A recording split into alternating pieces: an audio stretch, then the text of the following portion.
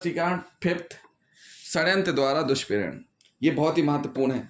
षड्यंत्र द्वारा दुष्प्रेरण का अपराध करने के लिए यह आवश्यक नहीं है कि षड्यंत्र द्वारा दुष्प्रेरण का अपराध करने के लिए यह आवश्यक नहीं है कि दुष्प्रेरक उस अपराध को करने वाले व्यक्ति के साथ मिलकर उस अपराध की योजना बनाए। यह पर्याप्त है कि वह उस षड्यंत्र में सम्मिलित हो जिसके अनुसरण में वह अपराध किया जाता है। अब देखिए यहाँ बहुत बड़ी बात हो गई। षड्यंत्र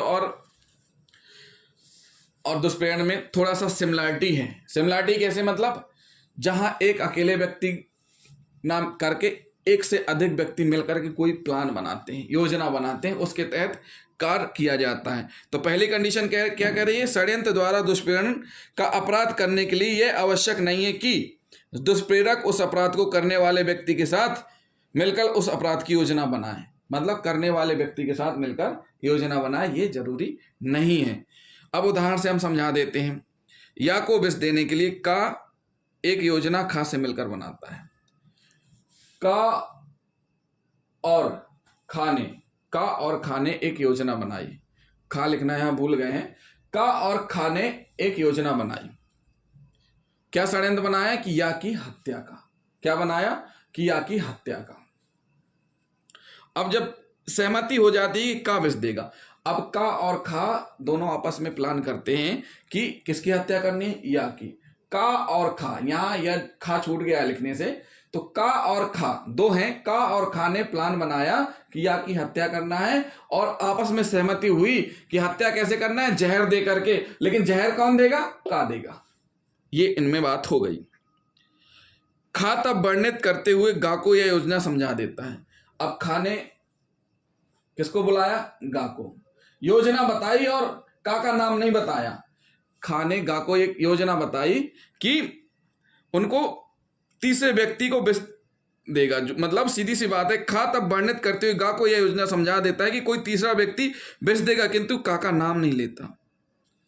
खा ने या को बुलाया, योजना बताई और गा से कहा कि भैया तुम जहर की व्यवस्था करवा दो, कोई तीसरा व्यक्ति जहर देगा, तुमको नहीं देना है, ना हमको देना है। लेकिन गा से खा ने नहीं बताया कि का को ही देना है, जबकि का और खा के बीच सहमति बन चुकी है कि जहर कौन देगा?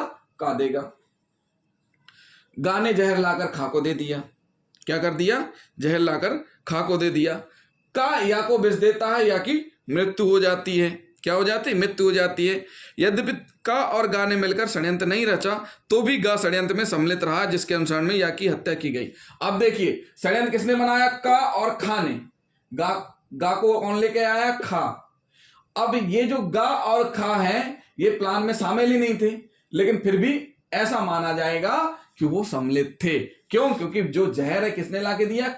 गा ने खा को, और वो खा ने किसको दे दिया? का को। और का ने किसको दे दिया? या को विष जैसे ही दिया गया उसकी मौत हो गई। तो यह क्या माना जाएगा कि गा उस षड्यंत्र में सम्मिलित रहा है जिसके अनुसरण में या की हत्या की गई, इसलिए गा ने इस धारा में परिभाषित अपराध किया है और हत्या के लिए दंड से दंडित होगा। मतलब सीधी सी बात समझ में आई साथियों कि अपराध करने वाले व्यक्ति के साथ मिलकर उस अपराध की योजना बनाए। मतलब आवश्यक नहीं है कि अपराध करना है। अपराध किसको करना है? का और खा मिल करके, और का को जहर देना है, और का ने जो जहर दिया है गा से उसकी कोई मुलाकात नहीं हुई है। अपराध को अंजाम किसको देना है? का को। देखिए का और खा मिलकर योजना बनाते हैं और दोनों में सहमति हो जाती है कि का जहर देगा, तो अंजाम किसको देना है? का को। और का और गा की कोई मीटिंग ही नहीं हुई है। जब का और गा की कोई मीटिंग नहीं हुई है फिर भी अपराध तो हुआ है। यह पर्याप्त है कि वह षड्यंत्र में शामिल हो जिसके अनुसरण में वह अपराध किया जाता है, परंतु अपराध तो हुआ है। अपराध कैसे हुआ है? गा ने जहर दिया है। अगर वो जहर नहीं लेके देता तो का या को नहीं देता, और या जहर नहीं खाता तो उससे उसकी मौत नहीं होती। तो ये माना जाएगा, क्या माना जाएगा? हत्या के लिए दंड से दंडनीय है। तो साथियों ये हुई धारा 46 दुष्प्रेरक से संबंधित हमने आपको समझा दिया।